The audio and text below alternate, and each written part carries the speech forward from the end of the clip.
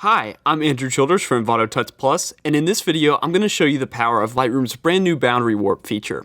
Let's go ahead and dive in.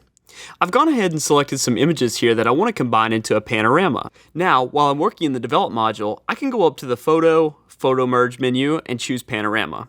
Now, in a few seconds, it'll go ahead and start stitching together a finished panorama preview. Once that finishes, you can see here a common issue when you're shooting panoramas. Sometimes the edges don't work out perfectly, and you'll have leftover white pixels here at the sides. When you're shooting a panorama, it's really hard to keep all of the edges perfectly rectangular. I think some of the distortion in this image was caused by using an ultra-wide-angle lens.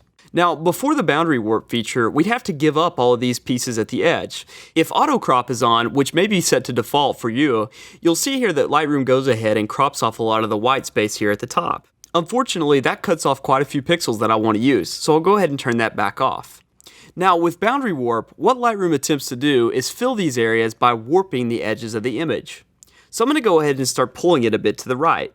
Now you can see as I do this that Lightroom basically goes through and fills some of the spare pixels that are at the edge. Now in the process, this may introduce a bit more distortion than we want, but it's a great feature if you want to recover those pixels. So notice that when I turn the boundary warp feature all the way up, I have basically the entirety of this art piece in the frame. With boundary warp turned all the way down and auto crop turned on, we lose a significant number of pixels there at the top. I'm going to go ahead and dial boundary warp all the way up, and once I press merge, Lightroom will go to work merging that together into a finished image. Now you can see here as soon as it finishes creating the panorama that we'll have a new image here on our film strip with all the pixels intact at the top. So I think that boundary warp is an extremely useful feature for many photographers. Maybe you've got a series of images in your collection currently that you've not been able to stitch together successfully into a panorama. With boundary warp, you can really save the edges of a panorama when the frames aren't perfectly aligned. Thanks so much for joining me.